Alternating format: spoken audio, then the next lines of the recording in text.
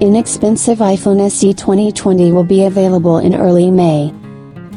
The network has new data on the upcoming smartphone iPhone SE 2020 or iPhone 9. According to information published on the largest Chinese online platform JD.com, the new budget iPhone will begin shipping from May 1 to 10.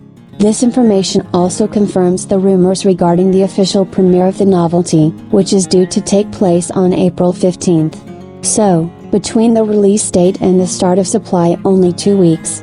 About this writes the Ninth portal. It is worth emphasizing that the appearance of the iPhone SE 2020 is no longer a secret, as well as its characteristics. It is known that the novelty is equipped with the Apple A13 platform like the iPhone 11, 3 GB of RAM, 64, 128 or 256 GB of flash memory. The smartphone will come in 3 colors. The base model will cost customers $400.